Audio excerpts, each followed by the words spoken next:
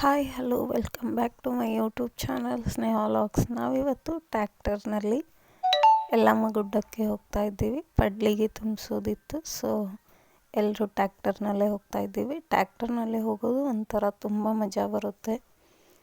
ಈ ಥರ ಎಲ್ಲ ಸೇರಿಕೊಂಡು ಹೋದರೆ ಇನ್ನೂ ಖುಷಿಯಾಗಿರುತ್ತೆ. ಸೊ ಅಲ್ಲೇ ಕಡಲೆಕಾಯಿ ಗಿಡನ ತಗೋತಾಯಿದ್ರು. ಹೊಲದ ಹತ್ರ ಟ್ಯಾಕ್ಟರನ್ನು ನಿಲ್ಲಿಸಿ ನೋಡಿ ಕಡಲೆಕಾಯನ್ನು ತಗೊಂಡ್ರು. ಸೊ ತಿಂತಾ ಬಂದ್ವಿ. ಹಾಗೆ ಯಲ್ಲಮ್ಮ ಗುಡ್ಡಕ್ಕೆ ಬಂದ್ವಿ. ಇಲ್ಲಿ ಟೆಂಟ್ನ ರೆಡಿ ಮಾಡ್ತಾ ಇದ್ದಾರೆ ಉಳ್ಕೊಳ್ಳೋದಕ್ಕೆ. ಒಂದು ಸೈಡ್ ಇಂಜಿನ್ ಹಾಗೆ ಒಂದು ಸೈಡ್ ಟೇಲರನ್ನು ನಿಲ್ಲಿಸಿ ಮೇಲೆ ಪಾಟ್ ಕಟ್ಟಿ ಪೂರ್ತಿಯಾಗಿ ನೆರಳನ್ನು ಮಾಡ್ತಾ ಇದ್ದಾರೆ. ನೋಡಿ, ನಮ್ಮ ಟೆಂಟ್ ಈ ಥರ ರೆಡಿ ಆಯಿತು. ಹೇಗಿದೆ ಅಂತ ಕಮೆಂಟ್ ಮಾಡಿ. ನೋಡಿ, ಈ ಥರ ಪೂರ್ತಿಯಾಗಿ ರೆಡಿ ಮಾಡಿದರು. ಹಾಗೆ 4 ಜನ ಜೋಗತಿ ಅಮ್ಮರನ್ನು ಕರ್ಕೊಂಡು ಬಂದು ಪಡ್ಲಿಗೆಯನ್ನು ತುಂಬಿಸ್ತಾ ಇದ್ದಾರೆ. 4 ಜನ ಅವರು. ಹಾಗೆ ಮನೆಯದು ಒಂದು ಪಡ್ಲಿಗೆ 5 ಪಡ್ಲಿಗೆಯನ್ನು ತುಂಬಿಸ್ತಾ ಇದ್ದಾರೆ.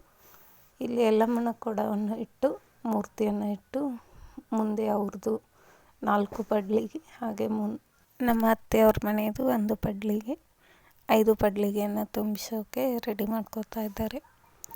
ಅದ್ರ ಮುಂದೆ ಉಡಿಯನ್ನು ಇಟ್ಟು ಬದನೆಕಾಯಿ, ಗಜ್ಜರಿ, ಹಾಗೆ ಈರುಳ್ಳಿ, ಎಲೆ ಅಡಿಕೆ, ಎಲ್ಲರಿಗೂ ದಕ್ಷಿಣೆ, ಹಾಗೆ ಹಸಿ ಕಡಲೆಕಾಳು ಇವನ್ನೆಲ್ಲ ಇಟ್ಟು ಪೂಜೆ ಮಾಡ್ತಾ ಇದ್ದಾರೆ. ಹಾಗೆ ಮಾಲೆಯನ್ನು ಸಹ ಹಾಕ್ತಾ ಇದ್ದಾರೆ. ದೇವರಿಗೆ ಏನಾದರೂ ಮಾಡಿದರೆ ಮನಸ್ಸಿಗೆ ತುಂಬ ನೆಮ್ಮದಿ ಸಿಗುತ್ತೆ.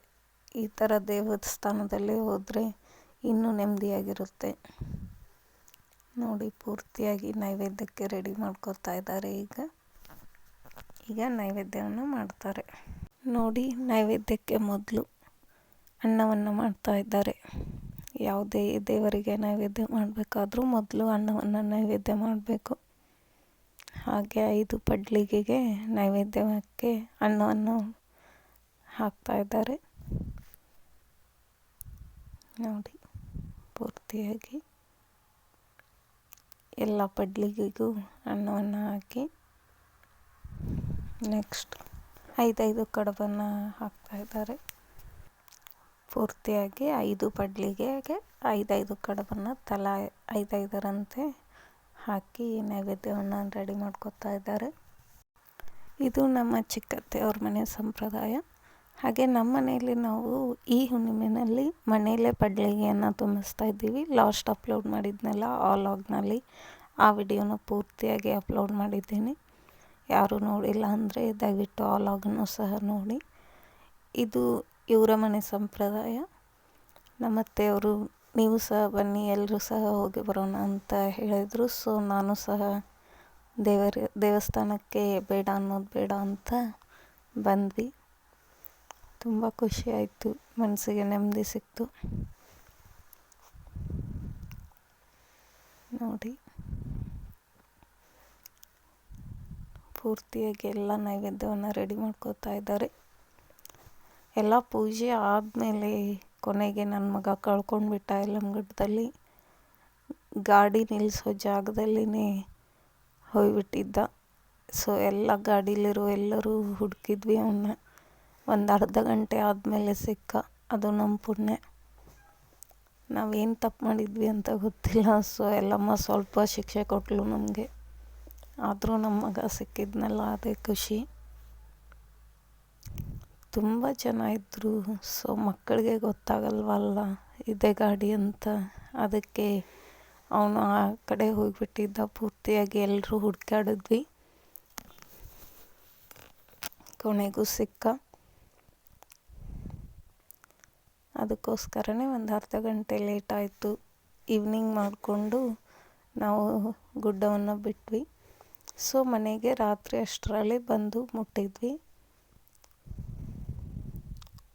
ಬಟ್ ತುಂಬ ಖುಷಿ ಆಯಿತು. ಏನಾದರೂ ಇರಲಿ, ದೇವರು ನಾವು ಒಳ್ಳೇದು ಮಾಡಿರೋದಕ್ಕೆ ನಮ್ಮ ಮಗ ವಾಪಸ್ ಸಿಕ್ಕಿದ ಅಂತ ಅಂದ್ಕೊಂಡು ಅಲ್ಲೇ ದೇವರಿಗೆ ನಮಸ್ಕಾರ ಮಾಡಿ ಏನಾದರೂ ತಪ್ಪು ಮಾಡಿದರೆ ಕ್ಷಮಿಸು ಅಂತ ಬೇಡಿಕೊಂಡು ದೇವರಿಗೆ ನಮಸ್ಕಾರ ಮಾಡಿದ್ವಿ. ನೋಡಿ ಪೂರ್ತಿಯಾಗಿ ಎಲ್ಲ ನೈವೇದ್ಯ ರೆಡಿ ಆಯಿತು. ಸೊ ನಮ್ಮ ಅತ್ತೆಯವರ ಮನೆ ಪ್ರಕಾರ ಅವರು ಕಾಯಲ್ಲಿ ತುಪ್ಪದ ದೀಪವನ್ನು ಹಚ್ತಾರೆ. ಸೊ 5 ಕಾಯನ್ನು ಒಡೀತಾರೆ. ಅದರಲ್ಲಿ ಯಾವ ಸ್ಥಳದಲ್ಲಿ ಕಾಯಿ ಒಡೆದಿರ್ತೀವೋ ಅಲ್ಲೇ ಒಂದು ಬಟ್ಲವನ್ನು ಬಿಟ್ಟು ಮಿಕ್ಕಿರೋ 9 ಬಟ್ಲಲ್ಲಿ ತುಪ್ಪದ ದೀಪವನ್ನು ಹಚ್ಚಿ ದೇವರಿಗೆ ಆರತಿ ಬೆಳಗೋ ಪದ್ಧತಿ ಇದೆ. ಇದು ಒಂಥರ ಚೆನ್ನಾಗಿತ್ತು. ನೋಡಿ ಆರತಿಗೆ ರೆಡಿ ಮಾಡ್ಕೋತಾ ಇದ್ದಾರೆ. ಅದರಲ್ಲಿ ತುಪ್ಪವನ್ನು ಹಾಕಿ ದೀಪವನ್ನು ಹಚ್ತಾರೆ.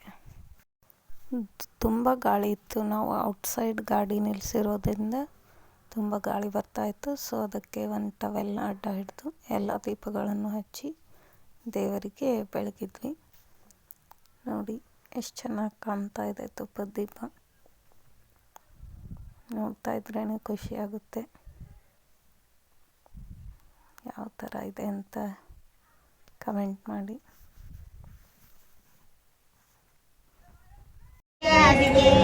ಅನ್ನಪೂರ್ಣ ಆಸೆ ಇರಲಿ ಎಲ್ಲ ಮಾತಿಗೆ, ಅನ್ನಪೂರ್ಣ ಆಸೆ ಇರಲಿ ಎಲ್ಲ ಮಾತಿಗೆ, ಬಣ್ಣ ಬಡವ ಜನ್ಮ ಇದು ಧನ್ಯ ಮಾಯಿಗೆ, ಬಣ್ಣ ಬಡವ ಜನ್ಮ ಇದು ಧನ್ಯ ಮಾಯಿಗೆ. 3 ಲೋಕದ ಜಗನ್ನಾಚಾರ್ ನಿರ್ಮಾ ದೇವಿಗೆ, 3 ಲೋಕದ ಜಗನ್ನಾಚಾರ್ ನಿರ್ಮಾ ದೇವಿಗೆ, ದೂರದಷ್ಟ ದೂರ ಮಾಡು ನಿರ್ವ ತಾಯಿಗೆ, ದೂರದಷ್ಟ ದೂರ ಮಾಡು ನಿರ್ವ ತಾಯಿಗೆ. ಎಕ್ಕಯ್ಯ ಚೋವ ಎಕ್ಕಯ್ಯ ಚೋವ ಎಕ್ಕಯ್ಯ ಚೋವ ಎಕ್ಕಯ್ಯ ಚೋವ ಎಕ್ಕಯ್ಯ ಚೋವ ಎಕ್ಕಯ್ಯ ಚೋವ. ಎಲ್ಲ ಮಾಡಿ ಹಾಕುತ್ತೋ ಪರಸ್ರಾಮ ನಿನ್ನ ಹಾಕುತ್ತೋ, ತಂಗಿ ಮಾತಂಗಿ ನಿನ್ನ ಹಾಕುತ್ತೋ, ಕಾಂಚನಿ ಕರೆಲ್ಲ ನಿನ್ನ ಹಾಕುತ್ತೋ, ಆದಿಶಕ್ತಿ ನಿನ್ನ ಹಾಕುತ್ತೋ, ಏಕನಾಥ ಜಗನ್ನಾಥ ನಿನ್ನ ಹಾಕುತ್ತೋ, ಹೆಣಗೊಂಡ ತಾಯಿ ನಿನ್ನ ಹಾಕುತ್ತೋ, ಹೊಳಿ ಗಂಗವ್ವ ನಿನ್ನ ಹಾಕುತ್ತೋ, ಭೂಮಿ ತಾಯಿ ನಿನ್ನ ಹಾಕುತ್ತೋ, ಬಂಡಿ ಮಕ್ಕಳಿ ನಿನ್ನ ಹಾಕುತ್ತೋ, ಮಲ್ಲಿಕಾರ್ಜುನ ನಿನ್ನ ಹಾಕುತ್ತೋ, ಮುನಿಲಕ್ಷ್ಮಿ ನಿನ್ನ ಹಾಕುತ್ತೋ, ರಾಮದುರ್ಗವ್ವ ನಿನ್ನ ಹಾಕುತ್ತೋ, ದೇವಮನೆಯ ನಿನ್ನ ಹಾಕುತ್ತೋ, ಮಳವ ನಿನ್ನ ಹಾಕುತ್ತೋ, ಮೈಲಾರಜ್ಜ ನಿನ್ನ ಹಾಕುತ್ತೋ, ಗಂಗಿಮಳವ ನಿನ್ನ ಹಾಕುತ್ತೋ, ಕೊಡ್ಚೀರಣ್ಣ ನಿನ್ನ ಹಾಕುತ್ತೋ, ಶಿವಪಾರ್ವತಿ ನಿನ್ನ ಹಾಕುತ್ತೋ, ಉದಯ ಜಗದಂಬ ಉದೋ ರೇಣುಕಾ ಉದೋ.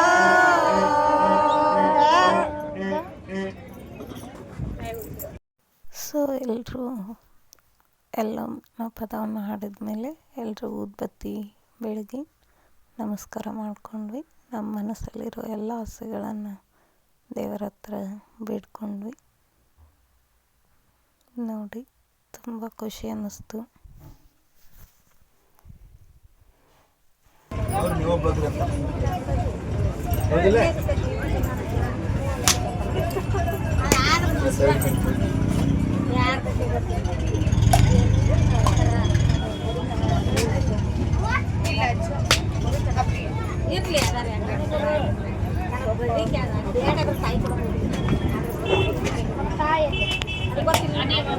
ನೀ ಬೆಳಗಿದೆ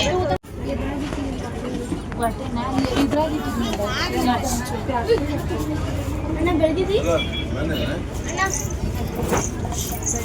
ನಿನ್ನ ಹಾಕುತ್ತೋ, ನಿನ್ನ ಹಾಕುತ್ತೋ, ಜಗದಂಬ ರೇಣುಕಾ ಉದೋ.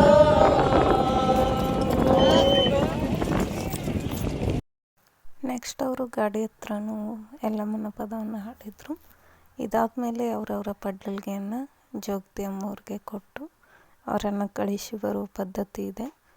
ಸೊ ಒಂದು ಸ್ವಲ್ಪ ನೀರನ್ನು ತೆಗೆದುಕೊಂಡು ಅವರಿಗೆ ಸಿಂಪಡಿಸ್ತಾ ಅವರನ್ನು ಮುಂದಕ್ಕೆ ಕಳಿಸಿ ಬರಬೇಕು. ಅವರು ಹವಳ ಮುತ್ತು ಬಿದ್ದಿವೆ ಬಳ್ಕೋರಿ ಬಳ್ಕೋರಿ ಅಂತ ಹೇಳ್ತಾರೆ. ಹಾಗೆ ನಾವು ಬಳ್ಕೊತೀವಿ ಅಂತ ಹೇಳಿ ಅವರನ್ನು ಮುಂದಕ್ಕೆ ಕಳಿಸಿ ಬರಬೇಕು. ಸೊ ಇದು ಪದ್ಧತಿ ಇದೆ. ಈ ಲಾಗ್ ನಿಮಗೆ ಇಷ್ಟ ಆದರೆ ದಯವಿಟ್ಟು ಲೈಕ್ ಮಾಡಿ, ಶೇರ್ ಮಾಡಿ, ಕಮೆಂಟ್ ಮಾಡಿ, ಹಾಗೆ ನನ್ನ ಚಾನಲನ್ನು ಸಬ್ಸ್ಕ್ರೈಬ್ ಮಾಡಿಕೊಡಿ. ಲಾಗ್ ಇಷ್ಟ ಆದರೆ ದಯವಿಟ್ಟು ನಮಗೆ ಸಪೋರ್ಟ್ ಮಾಡಿ. Thanks for watching friends.